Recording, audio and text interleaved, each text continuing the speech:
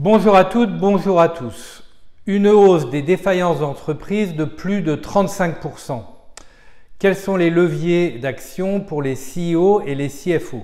Alors cela n'a échappé à personne, vous avez sûrement entendu ou lu le bilan qui vient d'être produit et publié par le groupe Altares sur le nombre de défaillances d'entreprises en France.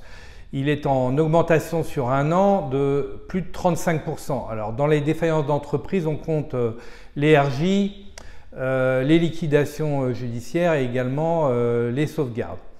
Alors plus de 35%, c'est un peu inquiétant, surtout qu'on est avant l'été et que en général les défaillances d'entreprises s'accélèrent à la fin de l'année. Beaucoup d'entreprises ont du mal à franchir le cap de l'été.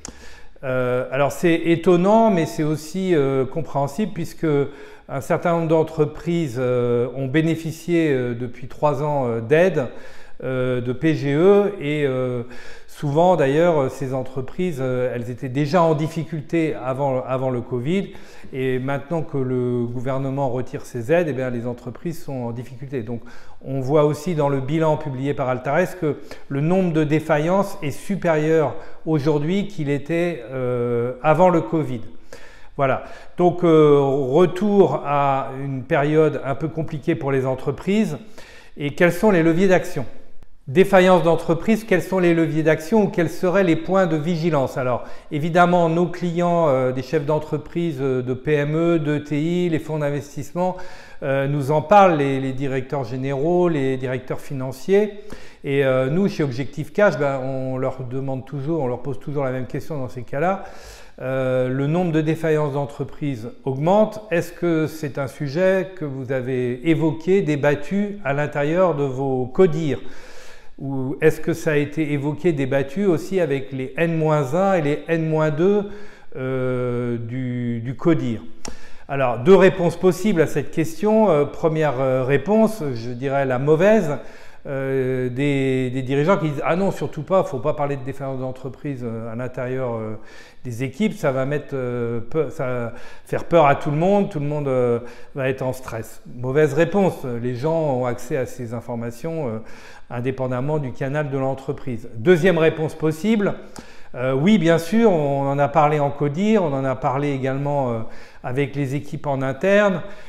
Et on a plus que débattu et plus que parlé de ces sujets, on a mis en place des plans d'action. Et parmi les plans d'action qui sont possibles ou qui ont été mis en place par les entreprises ou qu'on peut mettre en place, eh bien, premièrement, une surveillance accrue sur certains clients ou sur certaines catégories de clients. Deuxièmement, ça peut être également resserrer le crédit client pour les nouveaux clients. Il y a de fortes chances que si des nouveaux clients viennent vous voir, peut-être ils ont été virés par d'autres fournisseurs ou certains de vos concurrents. Attention dans les périodes de défaillance de ne pas récupérer les mauvais clients des autres. Ça peut être également accéléré sur le recouvrement, sur la mise au pré-contentieux, au contentieux, accélérer le traitement des litiges. Voilà, les leviers d'action sont connus. Donc en synthèse, le nombre de défaillances d'entreprises augmente, ça crée une tension, ça crée une contrainte sur beaucoup d'entreprises. Le seul et unique réflexe à avoir, c'est serrer les coudes en interne dans l'entreprise et jouer collectif.